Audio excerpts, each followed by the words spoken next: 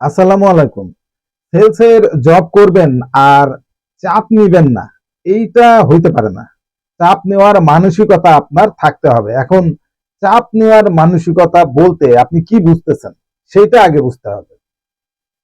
একজন মানুষ যদি পজিটিভ মাইন্ডেড থাকে তার কিন্তু চাপ নেওয়ার মানসিকতাটা অনেক হাই লেভেলে থাকে।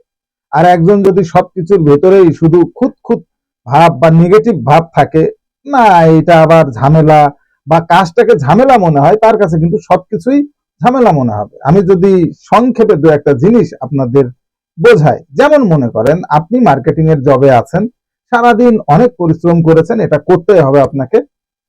করার পরে রাত 9টায় আবার আপনার জুমে মিটিং আছে। এখন এই মিটিংটাকে যদি আপনি ঝামেলা মনে করেন, তাহলেই কিন্তু এই যে চাপ, আপনার মেন্টালি কিন্তু একটা প্রেশার তৈরি হবে। এই চাপ আপনি নিতে পারবেন না। কিন্তু যারা পজিটিভ মাইন্ডের লোক তারা যদি এভাবে চিন্তা করে, হ্যাঁ মিটিংটা যেহেতু আমার ম্যানেজমেন্ট ডেকেছে, সুতরাং মিটিং এ আমাকে অংশগ্রহণ করতে হবে স্বতঃস্ফূর্ত ভাবে, এবং এটা আমার ডিউটি বা এটা আমার কাজ, যদি এইভাবে চিন্তা করেন তাহলে কিন্তু প্রেশার অনেকটা নেমে গেল। আরেকটা উদাহরণ দিয়ে বুঝায়, যেমন মনে করেন কোনো কোনো কোম্পানি আছে মান্থলি বেসিস টার্গেট বেড়ে যায়। যেমন এই মাসে যদি 2 টাকা থাকে, আগামী মাসে 3 টাকা হয়, এমন সিস্টেম আছে। তো সেই ক্ষেত্রে আমি যেটা বলতে চাই সেটা হলো, প্রত্যেকটা টেরিটরি ওয়াইজ কিন্তু বাজেটটা ম্যাটার করে। অর্থাৎ আপনি একটু উচ্চ লম্বা বেশি, দেখতে শুনতে ভালো, এই হিসাব করে কিন্তু আপনার ঘাড়ের উপরে টার্গেট চাপিয়ে দেওয়া হয় না। টার্গেটটা মূলত সেটিং হয় ওই এরিয়ার অপরচুনিটি বুঝে, অর্থাৎ আপনার টেরিটরির অপরচুনিটি বুঝে কিন্তু টার্গেটটা সেট আপ করা হয়।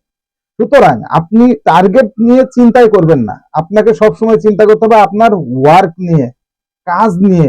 এখন আপনি যদি সবসময় টার্গেট বেশি হয়ে গেল, এত টার্গেট করা যায় নাকি, এতটুকু জায়গায় গত মাসে 1 টাকা করেছি, তাই অনেক কষ্ট হয়েছে, এ মাসে 2 টাকা করবো কিভাবে, এই সব টেনশন মাথার থেকে ছেড়ে ফেলতে হবে। একটা জিনিস মাথায় রাখবেন, ম্যানেজমেন্ট আপনার উপরে ওই আস্থাটা রেখেছে বলেই কিন্তু আপনার টার্গেটটা একটু বাড়িয়েছে।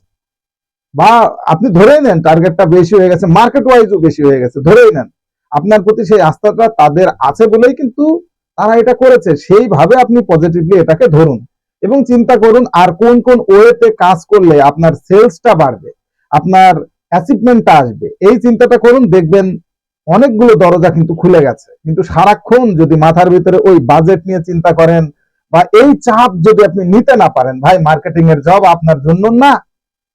পরিষ্কার ভাষায় আমি বলে দিলাম, আমার কথা যদি বিশ্বাস না হয়, আরো 2-4 জন আপনার যারা সিনিয়র ভাই ভাগার আছে কথা বলেন, দেখবেন একই রকম জিনিস হবে। কারণ সেলসের জব করবেন আর প্রেশার নিবেন না, চাপ নিবেন না, এটা হবে না ভাই। ক্রেডিট কালেকশনের প্রেশার আছে, প্রোডাক্ট প্রমোশন করিয়ে সেই প্রোডাক্ট লেখানোর প্রেশার আছে, প্রত্যেকটা জায়গায় এখানে প্রেশার আছে। পার্ট টু পার্ট রোমাঞ্চকর একটা জব কিন্তু এই মার্কেটিং সেলসের জবগুলো। এই জায়গায় সেই রোমান্সটাকে উপভোগ করতে হবে। অর্থাৎ কাজের যে প্রেশার, এই প্রেশারটাকে আপনাকে উপভোগ করতে হবে। আপনি এটাকে যখনই প্রেশার হিসেবে নেবেন বা অতিরিক্ত চাপ হিসেবে নেবেন, শুধু শুধু আপনার শরীরটা নষ্ট হবে, মেন্টাল প্রেশার বাড়বে, একটা পর্যায়ে আপনি কিন্তু অসুস্থ হয়ে যাবেন, ডিপ্রেশনে পড়ে যাবেন। শেষ মুহূর্তে জবটাকে আপনার আর ভালো লাগবে না, জব ছেড়ে বাড়ি চলে যেতে হবে ভাই। বাড়ি গিয়ে পরিবারের উপরে আবার বোঝা হয়ে দাঁড়াবেন। তার চেয়ে কি এটা ভালো না সব জায়গায় পজিটিভ মাইন্ড সেট আপ করা? বাজেট হোক না হোক, থোড়াই কেয়ার। আপনি চিন্তা করেন আপনার কাজের ঘাটতি কতটুকু ছিল, আপনি চিন্তা করেন আর কতটুকু কি করলে মার্কেটের ডেভেলপমেন্টটা হতো, সেইভাবে আপনি মান্থ টু মান্থ চেষ্টা করেন, দেখবেন অ্যাচিভমেন্ট এমনি হবে, অ্যাচিভমেন্ট সুরসুর করে হবে। কিন্তু যদি আপনি ওই টার্গেট নিয়ে একবার মাথার ভিতরে টার্গেটটা গেঁথে নেন, তাহলেই ব্যাস শেষ, আর অ্যাচিভমেন্টের কোনো সুযোগ নাই। হয়তো মার্কেট যদি ভালো থাকে তাহলে হয়তো টার্গেটটা হবে, ভালো না হলে কখনোই আপনার টার্গেট হবে না। এই কারণে আপনি প্রেশার নিবেন না, মাথায় রাখতে হবে আমি প্রেশার নিতে পারি বা লোড নিতে পারি, এই কারণেই আমি মার্কেটিং এর জবে এন্ট্রি করেছি। এই বিষয়টাই শুধুমাত্র আপনার মাথায় রাখবেন। আর যদি মনে করেন না আমি প্রেশার নিতে পারি না, আজই জব কুইট করে অন্য কোনো অপরচুনিটি খুঁজো, সেলসে জব আপনার জন্য না। আশা করছি ভিডিওটি আপনাদের অনেক ভালো লেগেছে। স্মার্ট সেলস চ্যানেলটি সাবস্ক্রাইব করে বেল আইকন দিয়ে পাশে থাকবেন এবং আপনার পরিচিত যারা বিশেষ করে সেলস মার্কেটিং এবং বিজনেস রিলেটেড ভিডিও পছন্দ করে, ভিডিওটি তাদের কাছে বেশি বেশি করে শেয়ার করে দিন। আজকের মতো বিদায়, দেখা হবে পরবর্তী ভিডিওতে। সেই সময় পর্যন্ত সকলে সুস্থ থাকুন, ভালো থাকুন, আল্লাহ হাফেজ।